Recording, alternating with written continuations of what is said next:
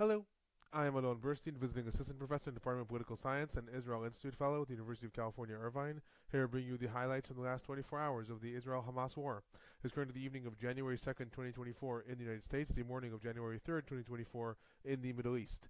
Starting with the main headline from the last 24 hours, Salah al-Aruri, who is the deputy leader of Hamas, was killed today in the Hamas offices in the Dahya neighborhood of Beirut.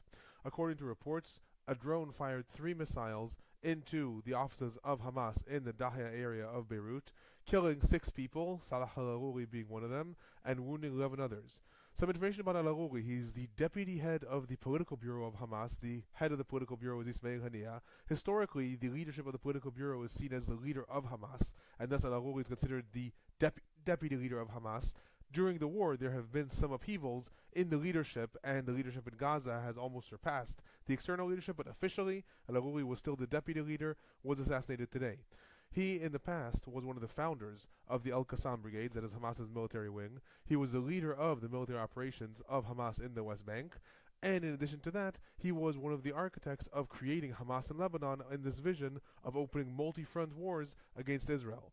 In the Al-Qassam Brigade's report on his death, he was also named the architect of October 7th, and other praises were heaped upon him for his role in the current war.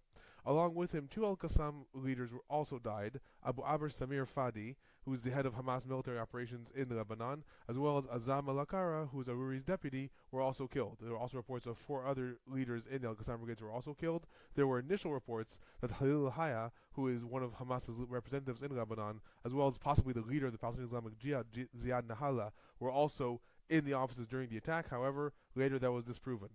Announcing his death, as I said, Al-Qassam brigades named him one of the architects of October 7th, and Ayman Shana'a, who is in charge of Hamas's international communications, called upon Palestinians to exact vengeance against settlers for this attack. Israel did not officially claim responsibility, although all international media is assuming that Israel is in fact the one who carried out this assassination.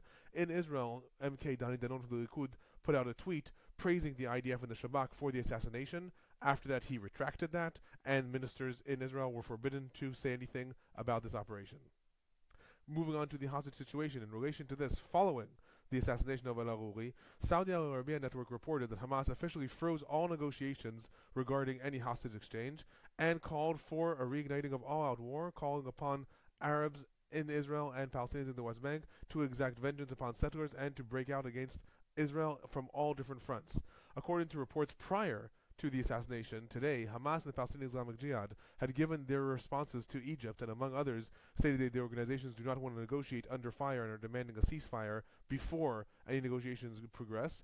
Other reports suggest that Salah al-Aruri specifically was actually trying to figure out how to bring Israel to a truce and a ceasefire that would possibly allow a hostage exchange later. Responding to that, in Israel, different elements stated that al-Aruri's assassination is actually going to help the hostage exchange later on, because Hamas leadership is going to feel that they are with their backs against the wall. Either way, right now, following that assassination, all hostage negotiations are officially frozen. Moving on to the ongoing fighting in the Gaza Strip, rockets and mortars were sent to the areas surrounding the Gaza Strip for the first time in 2 days. Mortars targeted the areas of Kisufim, and rockets were also sent towards Derot. Regarding the fightings in the Gaza Strip, there was ongoing fighting in the southern parts of the Gaza Strip. In Han Yunis, there were major bombings that are reported both from the air and with artillery. Most of the fighting today was concentrated, however, in the north. In Darj Tufah, the IDF raided an intelligence headquarters of Hamas's main base in the city, known as the Eastern Outpost. It included an array of 37 buildings and structures, including tunnel networks 20 meters underground. The area included the school that was housing 5,000 internally displaced civilians. Gun battles are reported in this area, and the tunnels were eventually detonated. In Jabalia refugee camp, there were also numerous airstrikes reported, that dozens of Hamas operatives reported killed. And in El Bureij, in the center of the Gaza Strip, major weapons caches were uncovered, including storages of long-range rockets that were housed in family homes. Other news from the Gaza Strip: following up on yesterday's report that the IDF is going to begin releasing reserve units, the IDF today announced it is going to evacuate 5 division units from the Gaza Strip, and Palestinians today reported to different news sites that they witnessed IDF tanks retreating from regions within Gaza City, while Reuters also quoted an Israeli official stating that the fighting is officially moving to the next stage, which is the focused surgical phase. However, also this phase is going to be as intensive as the phases until now. So this is the phase that the United States has been pressuring Israel to move towards. According to Reuters, they're quoting a senior Israeli official that this phase is already being deployed right now.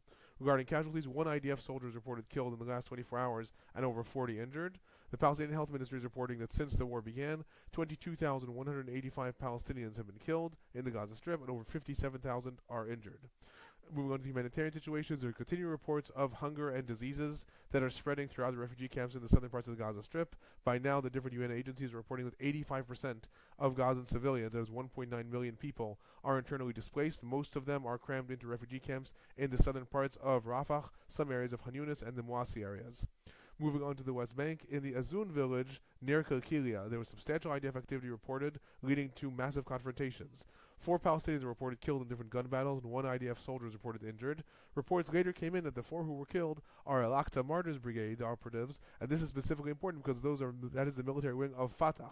Fatah is the main Palestinian organization in the West Bank. It is often seen as Hamas's rival on the one hand. On the other hand, they have cooperated very much in the past. The fear that another front will open from the West Bank is primarily from Fatah, and the fact that those 4 Palestinians that were killed belong to the Al-Aqsa Martyrs Brigade may prove to be important later on. Moving on to the northern parts of Israel, southern parts of Lebanon. In addition to Al-Arouli's assassination, which occurred today, which is the main event that occurred in the confrontation between Israel and Lebanon, rockets and missiles were sent from Lebanon towards Israel. These targeted the areas of Shlomi in the western Galilee, where there was a direct hit against in a house. Other areas throughout the Galilee, there were also drone alerts, and Ramon Naftali in areas in the upper Galilee in Israel as well. Regarding IDF retaliations, these included both drones, artillery, and other attacks that were carried out throughout southern Lebanon against different Hezbollah targets. IDF reported that it also carried out retaliations in Syria against the Syrian army for rocket launches that occurred yesterday from Syria. Responding to Al-Arouli's assassination, Hezbollah announced this is a dangerous escalation in Israel's attack on Lebanon, that the group will retaliate. According to reports, the IDF has increased its danger alertness levels of all units throughout the north and the central parts of Israel, and civilians in Israel have been barred from areas in the northern parts of Israel.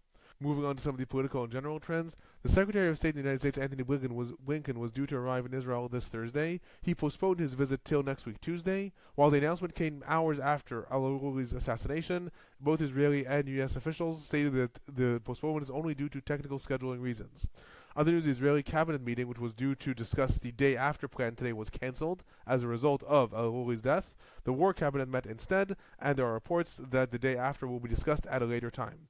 Palestinian Prime Minister Mohammed Ashtiya, as well as the Fatah General Secretary Jibril Rajoub, both condemned Al-Arouli's assassination. Fatah also announced a general strike in Ramallah that will happen tomorrow. Other news, regarding South Africa's case in the International Court of Justice against Israel, the ICJ has scheduled the hearings on that case against Israel for January 11th and January 12th. While the case itself is likely to take years, it's important to note that South Africa is requesting an immediate court injunction, i.e. that the court first put out an order to Israel to stop all activities in the Gaza Strip and then debate the case. Israel has decided to show up and defend itself rather than boycotting it. It is also considering to appoint a judge to the tribunal. It has that right as the defendant. South Africa also has the right to appoint a judge as the accuser. According to reports, Israel has considered asking different lawyers to represent it. One of the names that came up is Alon Dershowitz.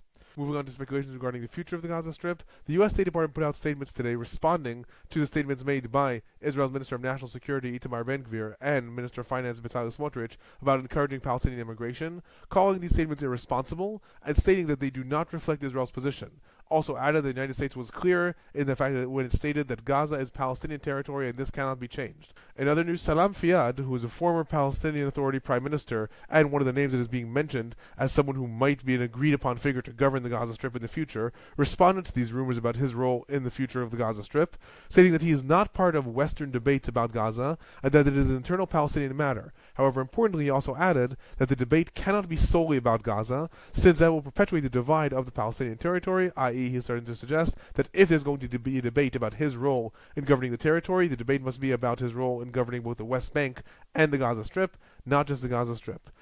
That is my summary for the last 24 hours. I remind everyone that while I am traveling, I'm only doing these abbreviated summaries. I will be back on January 8th doing the complete summaries. I'll be back tomorrow.